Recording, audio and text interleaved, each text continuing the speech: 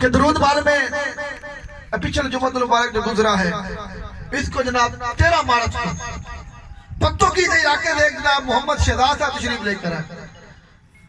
बकौल उनके, अगर आपने इसकी तफसील देखनी हो कि तहरीक दरूद वाल सर्च करें इंशाल्लाह सोशल मीडिया पे आपको इस वाक़े की डिटेल मिल जाएगी। वो कहता है कि मुझे 12 साल से दौरा पड़ते थे, दौरे भी इस किस्म के पड़ते थे कि कहता है जब मुझे ये दौरा पड़ता ना तो मुझे यहाँ से ऐसे लगता किसी ने पीछे गिरा दिया है, और कहता सारे जिस्म से जान खत्म निकल जाती थी, ऐसे जैसे आदमी मर जाता इस तरह हो जाता था। कहता कि पाकिस्तान में कोई ऐसा डॉक्टर नहीं जिसके बाद मैं ना गया हूँ। उसके ये अल्फाज है फकीर साहब।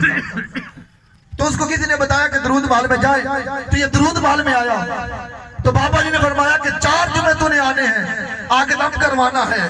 वो शहजाद साहब कहते हैं कि जब मैं पहले जुमे को आया, जब पहला एक दफा दम करवा के जब घर गया हूँ, जो बीमारी 12 साल से खत्म नहीं हो रही थी वो एक मरतबा दम करवा के अल्लाह ताला ने मुझे शिफा अता फरमाया। ये देखिए बरकत दरूद महल की, बल्कि